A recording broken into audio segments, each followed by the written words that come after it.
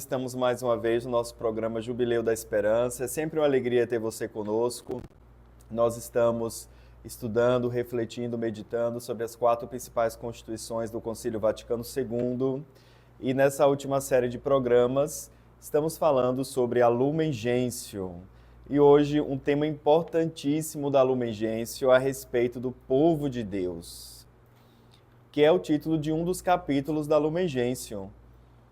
De fato, os padres conciliares quiseram dar destaque a esta imagem da igreja como o povo de Deus.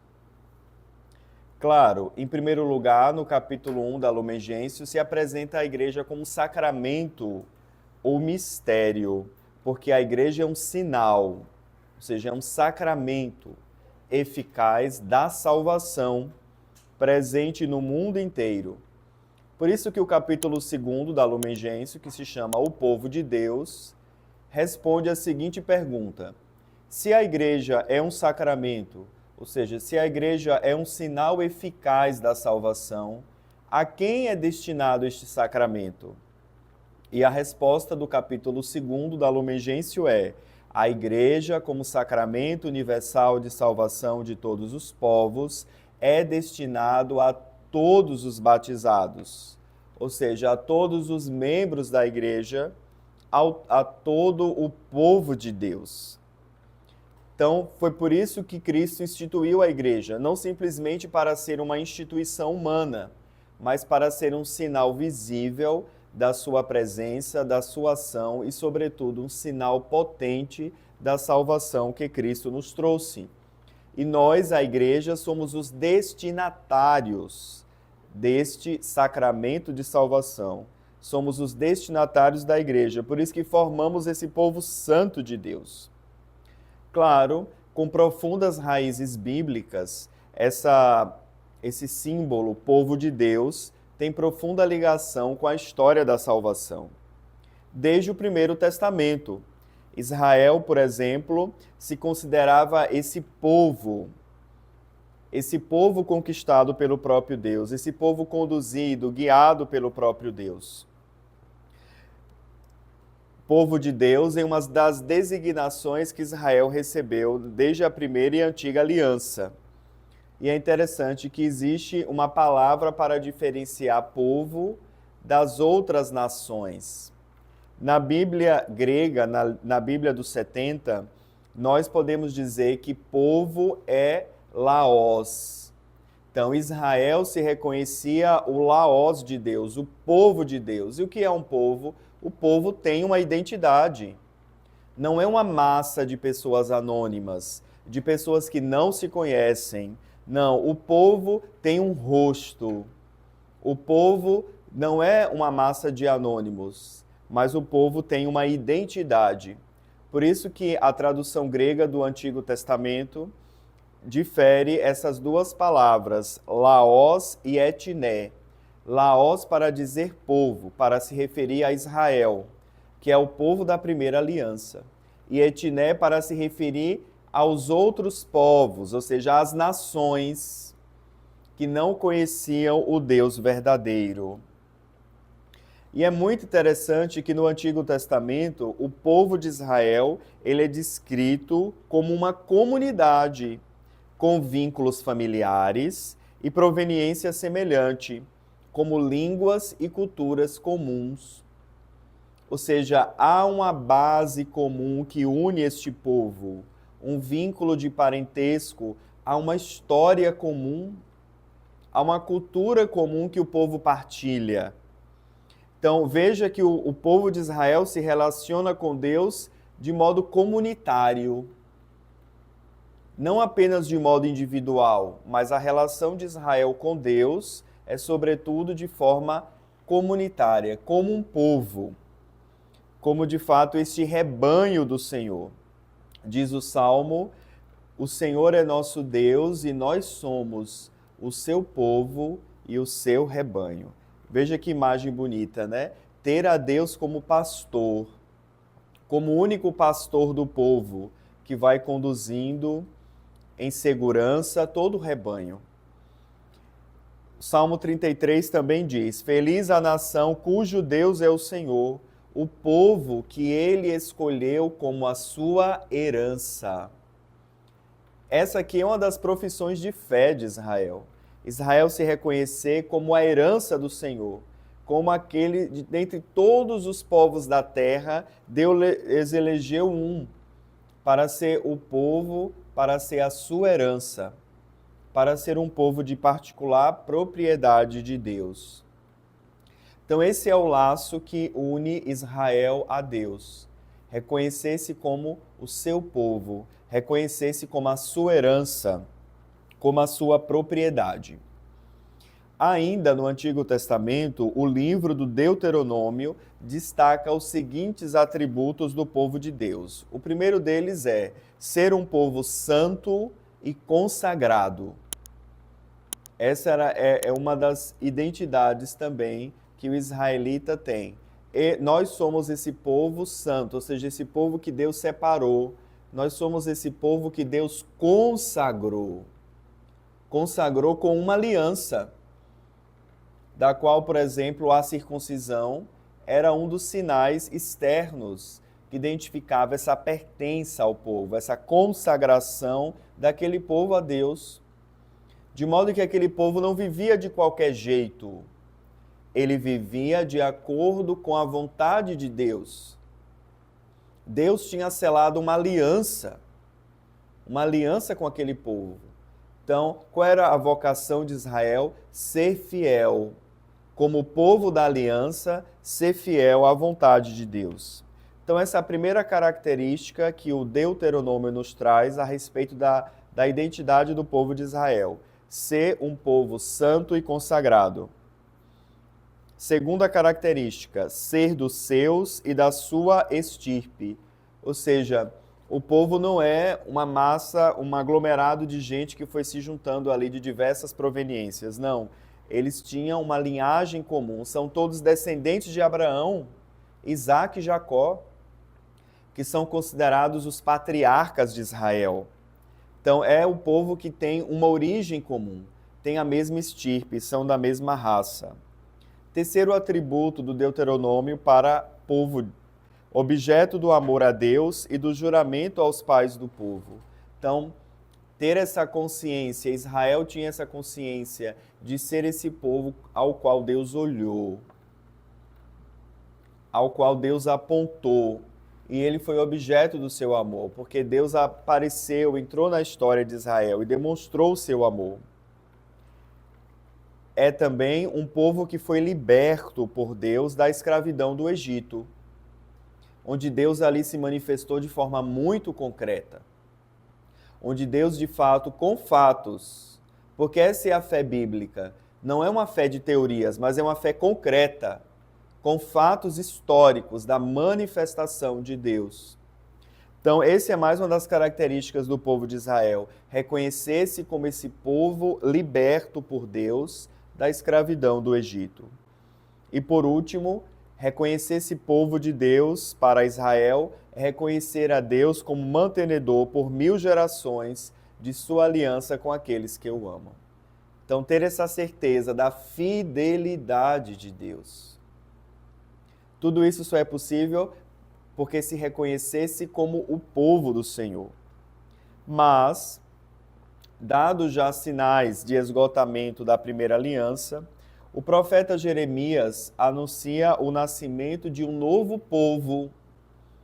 E agora essa nova aliança será escrita não mais em tábuas de pedra, como foi a primeira aliança no Monte Sinai.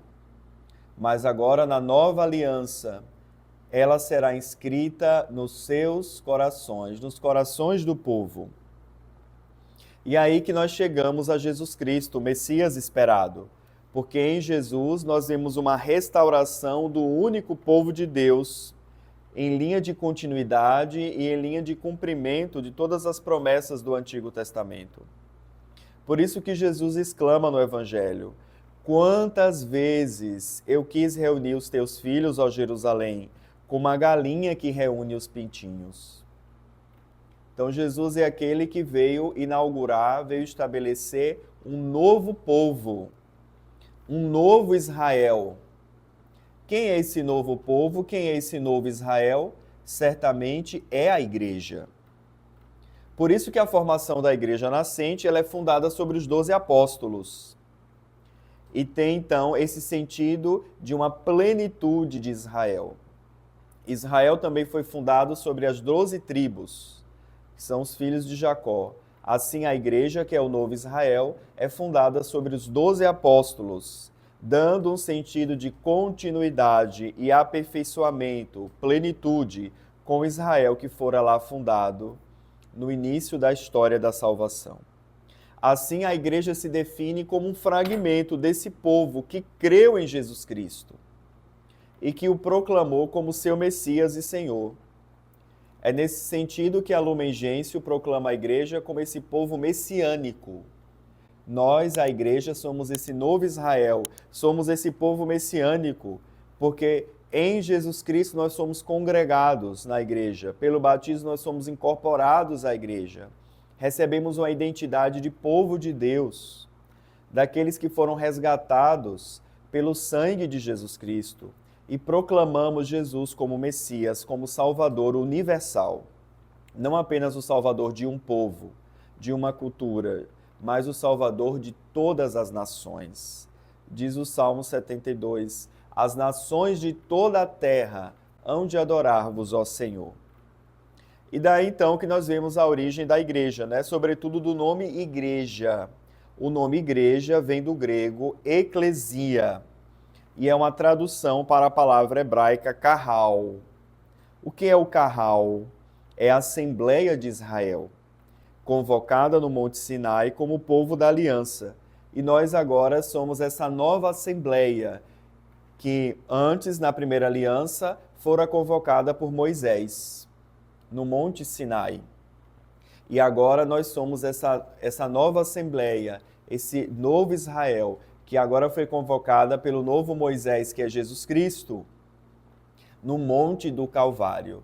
Porque é por meio da cruz e ressurreição de Cristo que nós recebemos a nossa identidade de povo. Porque foi naquele monte que Jesus, por meio do seu sangue, nos comprou para si. Por isso que os títulos de Israel são aplicados à igreja do seguinte modo. Por exemplo, nós temos povo, a igreja também é rebanho do Senhor, a esposa do Senhor, a estirpe eleita, a nação santa, o povo de Deus. Inclusive, uma desses títulos já foram explicados quando nós falamos das imagens da igreja. Nós temos 2 programas dedicados a esse assunto. Então, é algo muito interessante saber que nós somos o cumprimento, a igreja é o cumprimento das promessas do Antigo Testamento sobre Israel. Israel era apenas uma prefiguração, uma preparação para o povo de Deus reunido em Jesus Cristo, que é a igreja. A primeira carta de Pedro diz assim: vós que antes não eram povo, agora, porém, são o povo de Deus. O apóstolo diz também: nós andávamos como que errantes. Quem é que anda errante? É aquele que não sabe o rumo nem a direção. Cada um vai seguindo o seu caminho. Mas Jesus Cristo é aquele que vem e se mostra para nós como o caminho. E nós não andamos mais como errantes, cada um para o seu lado, mas agora seguimos a mesma direção, que é Jesus Cristo. E somos agora um povo. Para o apóstolo Paulo, ser corpo de Cristo só é possível por meio do batismo e também da Eucaristia, por meio da qual nós somos corpo em Cristo. Então, enquanto aparece no apóstolo Pedro essa definição da igreja como povo de Deus, nós vemos em Paulo uma imagem muito parecida, que é a imagem do corpo. Então, da mesma forma que pelo batismo nós fomos incorporados nesse povo, também usando a imagem do corpo, pelo batismo nós nos tornamos o corpo de Cristo. Nós nos tornamos membros de Cristo, do qual Ele é a cabeça. E claro, por meio da Eucaristia, nós nos tornamos corpo em Cristo, porque é por meio da comunhão do corpo de Cristo que nós somos assimilados a ele como corpo, e nós não estamos unidos só à cabeça, que é Jesus, mas também uma solidariedade entre seus membros. Por isso que igreja é comunhão. Não se pode pensar a igreja como cada um por si. A igreja é comunidade, a igreja é comunhão. Não se vive a fé cristã de forma só, isolado. Se vive como uma comunidade, se vive como um corpo. E é claro, corpo de Cristo e povo de Deus não são expressões que são contrárias, mas são duas expressões que nos ajudam a entender a realidade do que é a igreja. Tem pessoas que dizem, eu prefiro a igreja como povo de Deus, como eu já escutei. Não, eu gosto mais da igreja como corpo de Cristo. Na realidade, as duas expressões concorrem para a mesma finalidade, que é expressar a realidade do que é a igreja.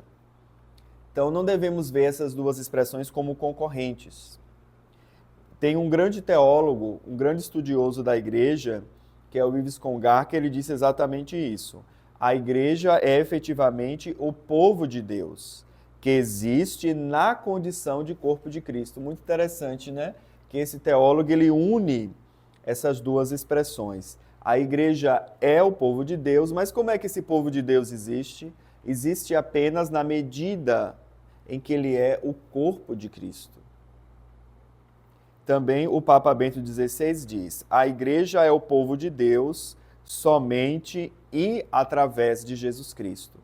Porque quando a gente usa a expressão povo, naturalmente a gente quer entender apenas como uma realidade social. Mas a igreja não é uma realidade meramente social. É claro que a igreja tem também uma implicação social, porque ela está no meio deste mundo. Então, ela tem pessoas de carne e osso, logo, ela também não deixa de ter uma implicação social. Mas a igreja não é uma mera realidade social. Ela é um dom de Deus, um dom que vem do alto. Logo, a igreja, para além de ser uma realidade social, é uma realidade espiritual. Porque ela foi querida pelo próprio Deus, querida e criada pelo próprio Deus. O teólogo Yves Congar continua dizendo, o tema do povo de Deus deveria ter um impacto sobre todo o restante do ensinamento sobre a igreja. Sobre tudo. Por exemplo, sobre a ideia da igreja como sacramento de salvação, sobre a teologia da missão, e também sobre o aspecto dos ministros ordenados. Por exemplo, podemos ver a igreja como povo de Deus, no sentido da igreja como sacramento de salvação, pois nós somos esse povo consagrado a Deus. Pelo batismo, pela crisma, nós somos assinalados com o dom do Espírito Santo e somos chamados então a ser no mundo essa presença de Deus.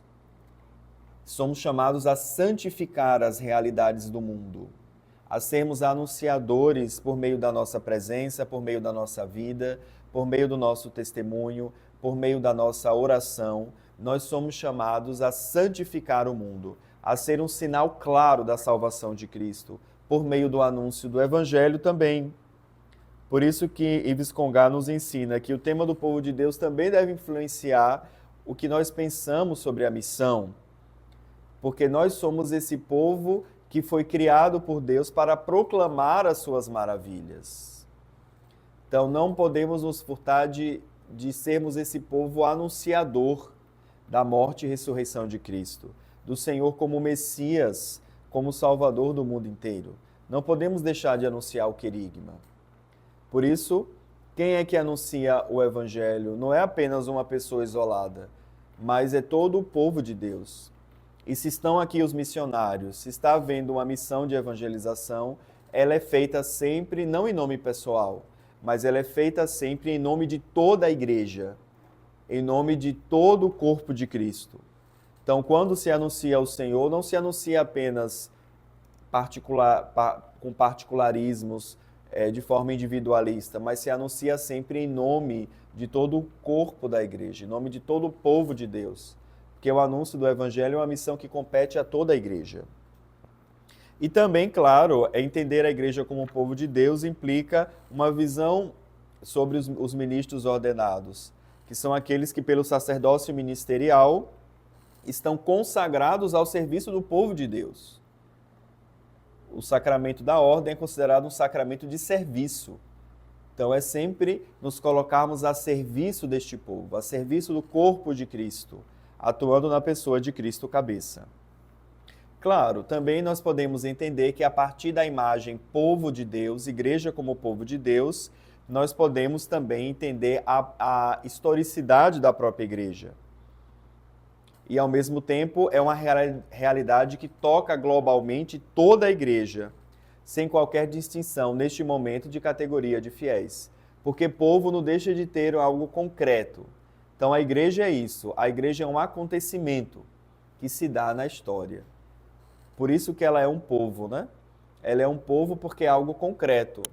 E logo não é simplesmente uma instituição meramente nas nuvens, mas é uma instituição espiritual, querida e criada pelo próprio Deus, que caminha também no meio da história para levar Cristo, que é o Senhor da história. E ao mesmo tempo entender a igreja como o povo de Deus nos faz tocar a realidade total da igreja, ou seja, de todos os seus membros, ministros ordenados, leigos, pessoas de vida consagrada, todos somos parte desse povo de Deus, que é guiado por Jesus Cristo. Claro, dizer povo de Deus sempre indica, portanto, o conjunto ou a totalidade dos fiéis que pertencem a este povo. Mas pode se referir também, em alguns casos, apenas aos fiéis, já que os pastores da igreja, ou seja, os bispos, e em colaboração a eles os presbíteros, os padres, pelo sacramento da ordem, são configurados, são personalizados a Jesus Cristo. Então eles agem na pessoa de Cristo cabeça. Por isso que a expressão povo de Deus também pode se referir aos leigos, aos ministros, aqueles que não são ministros ordenados, aqueles que não fazem parte da ordem episcopal nem da ordem presbiteral, então são aqueles que são pastoreados. Então a gente tem esse duplo uso da expressão povo de Deus. Por um lado, pode se referir à totalidade da igreja como um todo, mas também pode se referir apenas aos fiéis leigos. A imagem, isso aqui é fundamental para a gente entender também a importância dessa imagem, povo de Deus, porque essa imagem serve para superar esse dualismo, clero e leigos. Porque é claro que existe uma diferença entre o clero e os leigos, mas ao nos colocarmos todos como esse povo de Deus, como parte desse povo de Cristo, nós valorizamos a comum dignidade batismal. E assim significamos também a nossa liturgia. Porque o que é uma assembleia litúrgica? O que é uma assembleia que se reúne para celebrar a missa, para celebrar a Eucaristia, se não é o povo de Deus que está ali tendo Cristo como seu cabeça? Então, veja que essa imagem, essa expressão igreja, povo de Deus, ela é importantíssima para que a gente entenda aquilo que é a igreja. É por isso que a Lumen Gentium dedicou um capítulo dela apenas para tratar desse tema.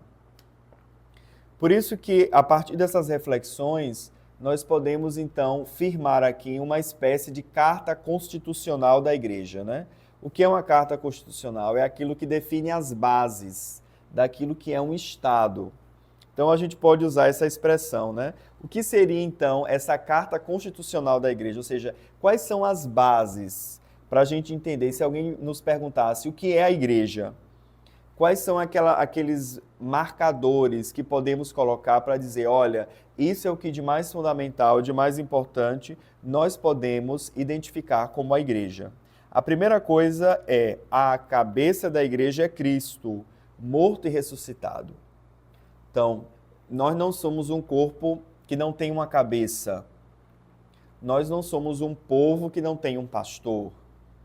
A nossa cabeça é o Cristo morto e ressuscitado. O nosso pastor é Jesus. Então, nós somos conduzidos por Ele. Nunca podemos perder essa dimensão, que Cristo tem autoridade sobre a igreja, já que Ele que é o Senhor da igreja.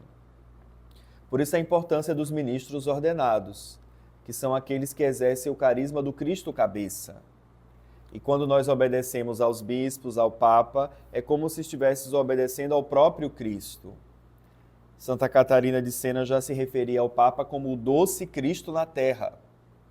Então veja que neste corpo, neste povo de Deus, a cabeça que é Jesus Cristo se manifesta visivelmente na pessoa dos ministros ordenados. Então essa é a primeira identidade da igreja que podemos estabelecer, o primeiro marco. A igreja que tem como cabeça o Cristo, morto e ressuscitado. Qual é o segundo marco? A condição social é a dignidade e a liberdade de filhos de Deus. Então essa é a condição comum de todos nós, batizados, filhos de Deus. Somos filhos no Filho, ou seja, somos filhos graças a Jesus Cristo.